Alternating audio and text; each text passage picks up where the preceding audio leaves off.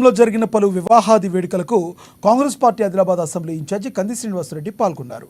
నూతన వధూవరులను కలిసి వారిని నిండు మనసుతో ఆశీర్వదించారు. కంది శ్రీనన్న పెళ్లి కానుకను బహుకరించి నిండు నూరేళ్లు చల్లగా ఉండాలని దీవించారు. కుటుంబ సభ్యులు బంధువులను ఆప్యాయంగా పలకరించారు. ఈ సందర్భంగా పలువురు ఆయనతో ఫోటోలు దిగి సందడి చేశారు.